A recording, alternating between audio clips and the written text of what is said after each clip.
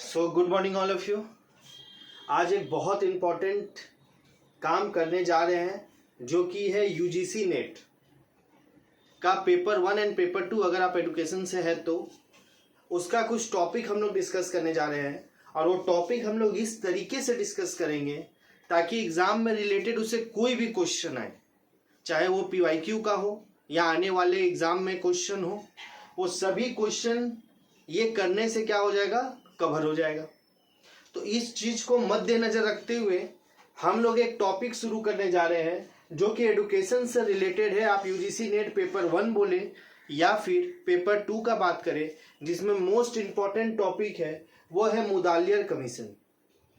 Mudaliar commission 1953 में आया था, जिसको सेकेंडरी एजुकेशन कमीशन के नाम से भी जानते हैं। मुदालियर जो थे वो लॉन्गेस्ट सर्विंग वाइस चांसलर रह चुके हैं मद्रास यूनिवर्सिटी के, पद्मश्री, पद्म विभूषण एंड WHO के एग्जीक्यूटिव मेंबर भी रह चुके हैं। ये तो उनके बारे में था कुछ बात हम लोग इस तरीके से करेंगे ताकि इनसे रिलेटेड एग्जाम में जो भी क्वेश्चन आए वो हम लोग से छूटे ना। तो मुदालियर के बारे में हम लोग समझ चुके कि लॉन्गेस्ट सर्विंग वाइस चांसलर रह चुके हैं मद्रास यूनिवर्सिटी के, WHO के एग्जीक्यूटिव मेंबर रह चुके हैं, पद्मश्री एंड पद्म विभूषण से नवाजे जा चुके हैं। इन्होंने क्या किया एजुकेशन के फील्ड में, या इनका एम क्या था? इनका एम था कि टू प्रोड्यूस आइडियल सिटीजन। हम एक आइडियल सिटीजन प्रोड्यूस कर पाए ताकि हमारा एजुकेशन सिस्टम क्या हो सके, बेहतर हो सके। दूसरा था कि to develop capacity for earning money. हम नए युवा जो आ रहे हैं उनके अंदर एक कैपेसिटी डेवलप कर पाए ताकि वो पैसा अर्न कर पाए।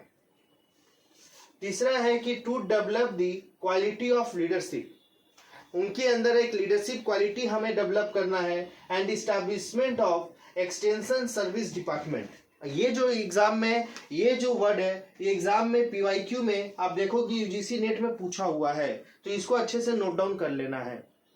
एक्सटेंशन सर्विस डिपार्टमेंट का क्या मतलब है? इसका मतलब है कि बच्चों को हमें सिर्फ क्लासरूम तक ही रोक के नहीं रखना है, उन्हें सोशली एक्टिव भी करना है।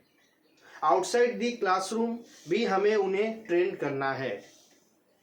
दूसरी बात, जो बातें हमें याद रखना है from the topic Mudaliar commission, वो है एडुकेशन शुड बी, मतलब इन्होंने क्या क्या काम किया और ये पॉइंट जो है ये हमें याद रखना है। यहाँ से क्वेश्चन पूछता है। सबसे पहला है कि कितने से कितने साल के बच्चों पे इनका फोकस था, तो वो था 11 से 17 ईयर साल के बच्चों पे इनका फोकस था। सबसे पहली बार इन्होंने vocational and practical courses training के बारे में भी बातें कही है।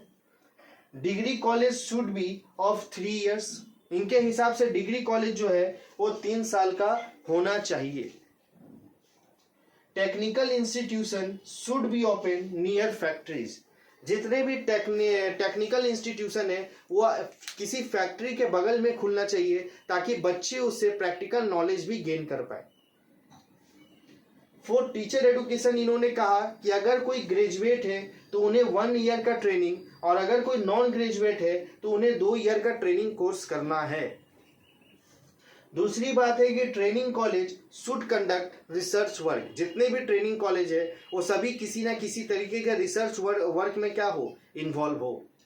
इतनी बातें अगर आपको याद है तो मुदालियर कमीशन से रिलेटेड क्वेश्चन आप नहीं स्किप करोगे एग्जाम में, ये मेरा गारंटी। आप यहाँ से PYQ कीजिए, आप कुछ भी कीजिए, आप देखिएगा क्वेश्चन अगर मुदालियर से आया है तो इसी से रिलेटेड होगा जितना पॉइंट आपको दिया हुआ है।